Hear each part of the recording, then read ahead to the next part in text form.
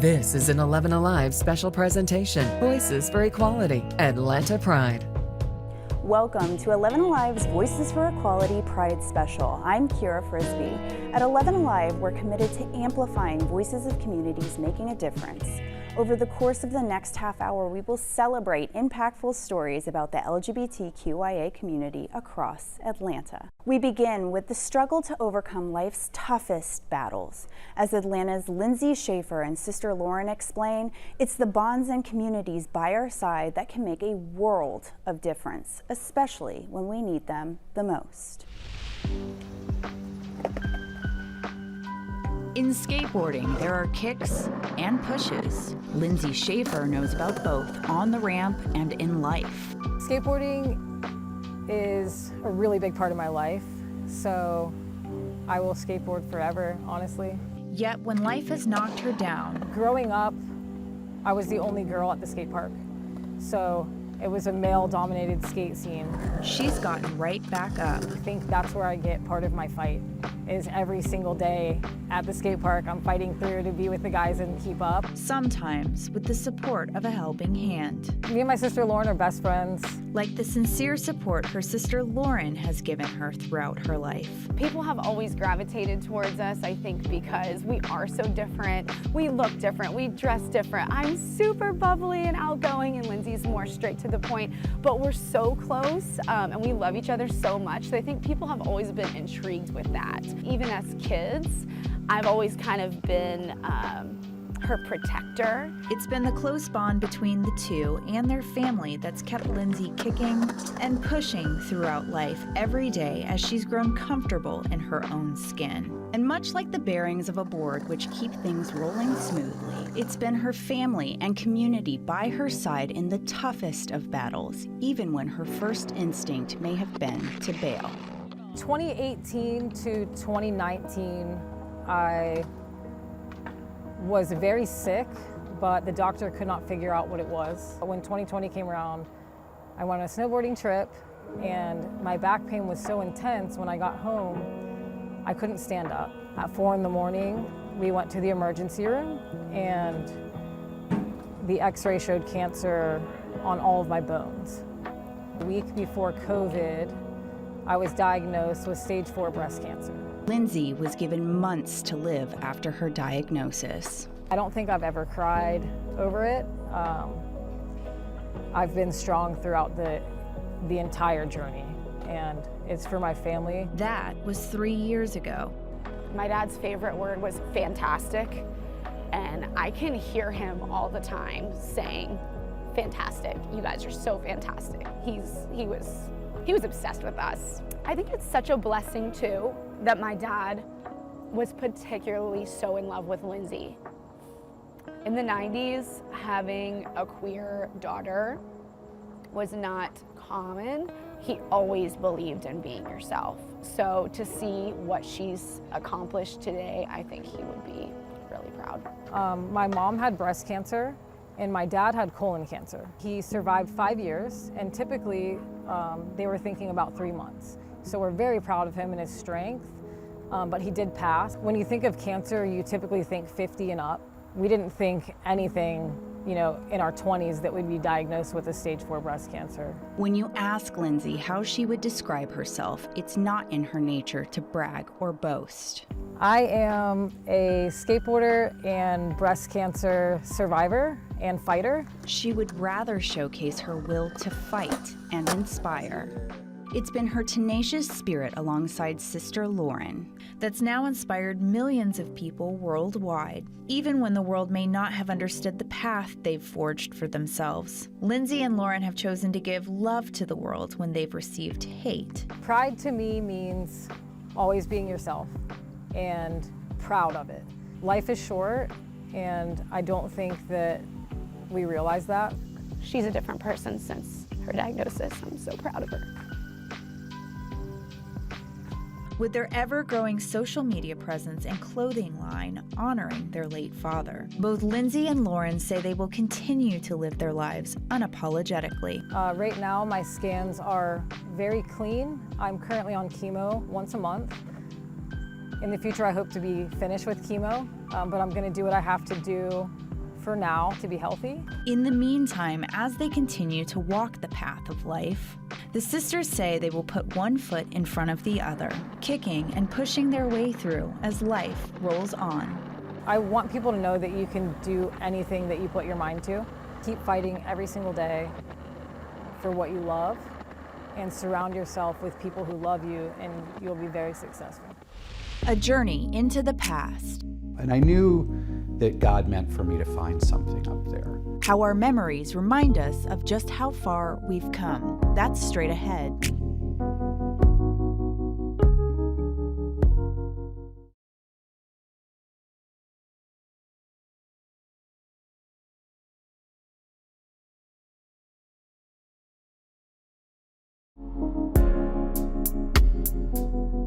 As we celebrate Atlanta Pride, let's take a journey into the past. Brad Littlefield shares how a recently rediscovered item from nearly 3 decades ago has now made a forever home in his heart.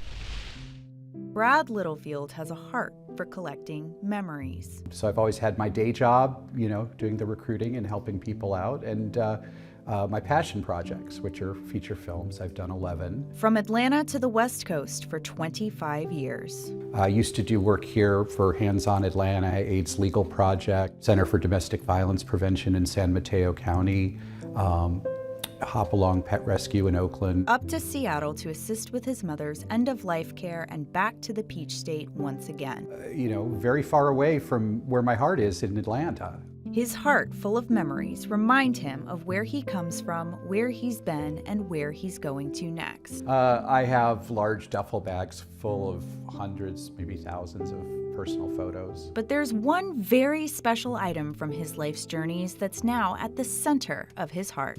Talk to me about the baby shoes. A pair of baby shoes left to Littlefield nearly 30 years ago by a man named Bob Waterman. Very strong-willed, opinionated, perfectionist, and a great guy. Waterman took some of his very first steps of life in these shoes. He marched to his own drum. Marching as his own authentic self.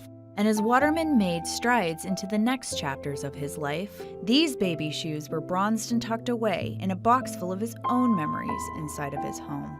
That is, until they stepped into Littlefield's life. That day came when Waterman marched to the beat of his own drum for the very last time in 1995. And I ended up being assigned to assist him through AIDS legal projects. I started working with him on his end-of-life planning. He was in the infectious disease ward at Grady Hospital. And I just sat with him and held his hand and did my best to comfort him. His family was extremely conservative religiously. They basically spoke about what a sinner he was and how he deserved this fate. In his final hours, as he walked out of this life into the next, Waterman had only a handful of visitors. Littlefield was one of them. After his death, the day came to collect what remained of Waterman's life, including his memories. A final box of photos, along with his baby shoes, tossed by his family's shame. It's not, things, it's people that have value. Only to be kept by Littlefield in the end. I guess you won't get left behind.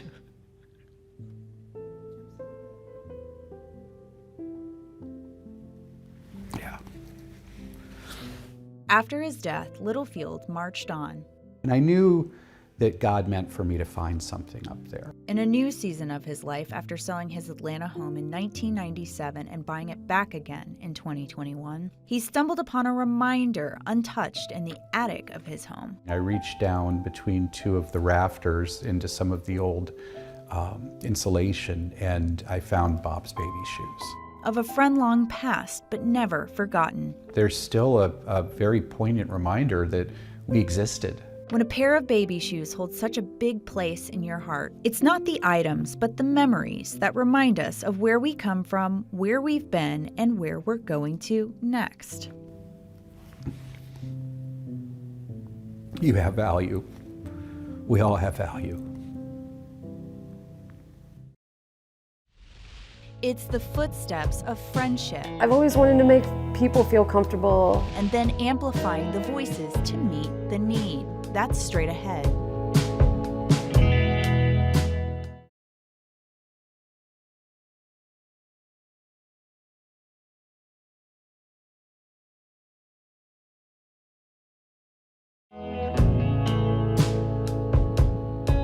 Pride thrives with the help of friendship.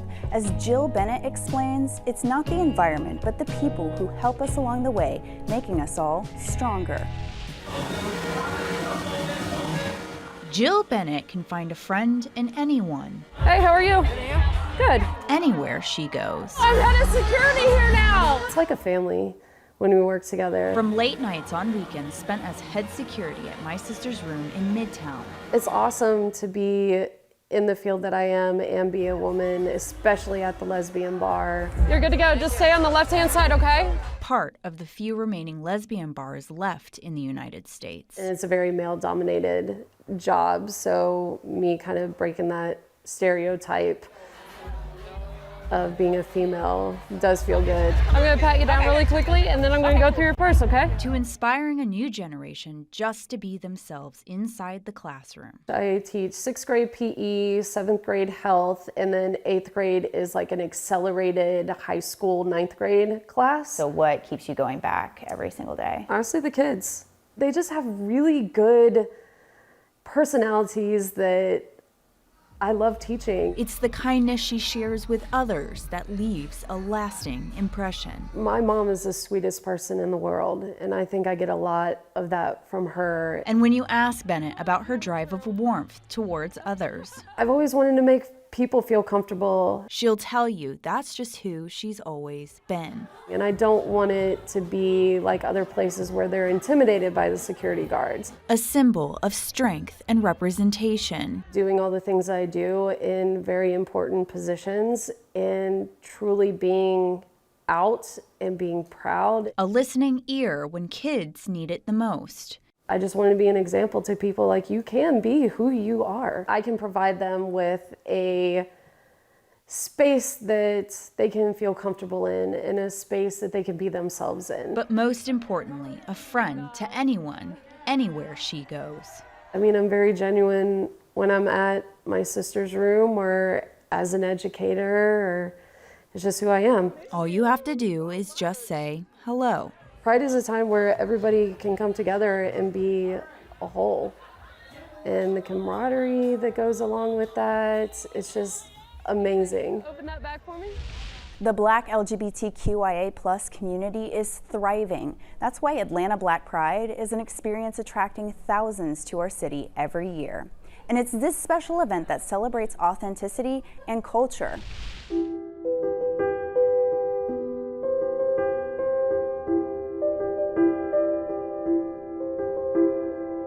You have justice, we fight for justice, but we also need an opportunity to celebrate each other, to celebrate our lives, celebrate community.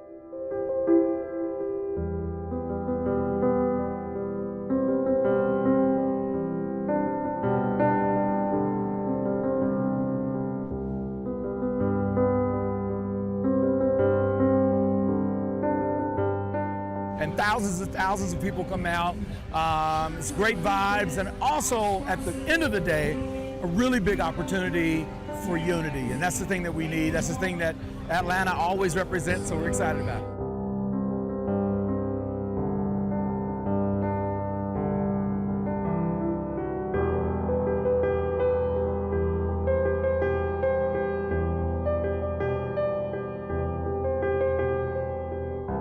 We are celebrating community, we are celebrating partnership, and we are celebrating thriving in the midst of so much. We've come together as a community to celebrate each other.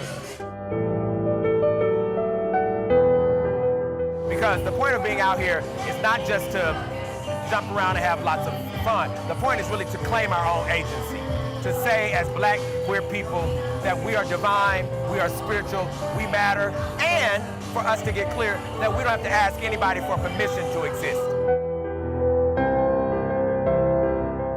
And all of our intersectionality, our Blackness, our LGBTQI, and questioning the whole thing, we get to celebrate all of it at the same time in the same place. There's nothing more important. The only thing in the world a person needs is the clarity that they don't have to ask for somebody else's validation. Acceptance in every season of our lives. I hope that I'm able to help someone else be stronger by my being stronger. Plus, reading into it, how Atlanta's Drag Story Hour is turning the page on perceptions.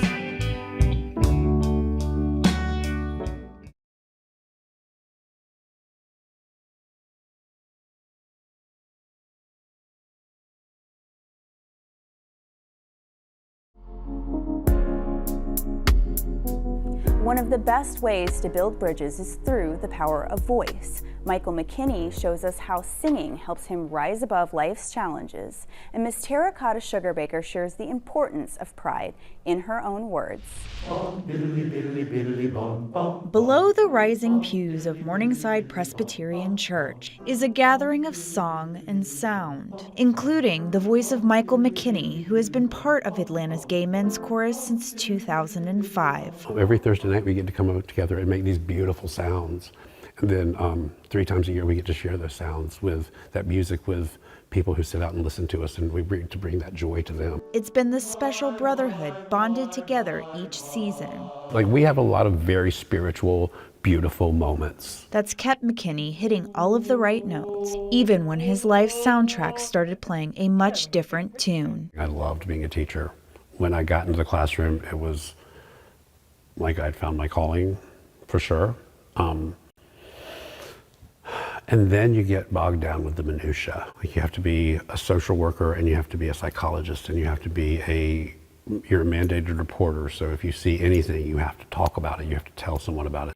I couldn't keep up. When he could no longer use his voice inside the classroom after teaching English for 13 years, McKinney has found comfort and refuge among a familiar few. We're a brotherhood. If anything happens to one of us, the rest of the guys will be there. A family formed by the power of music and song. And even though the universe catapulted him in a new direction of life, I got my personal training certification last year. I'm still in education too. I'm just educating a different group of people. McKinney is using his voice. I've rebirthed myself so many times, and nothing has killed me. And personal strength.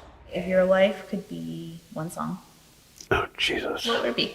Stronger by Kelly Clarkson. To adapt to life's ever-changing season while helping others. Every part of my life, from a child to now, has been defined by music. He's just warming up alongside Atlanta Gay Men's Chorus. AGMC has had straight people, straight men, we have trans men, we have every hue of human in our chorus, and it's such a beautiful thing that we get to be representative of the diversity that is the bigger community, the bigger LGBTQIA+ community. One note at a time. I hope that I'm able to help someone else be stronger by my being stronger.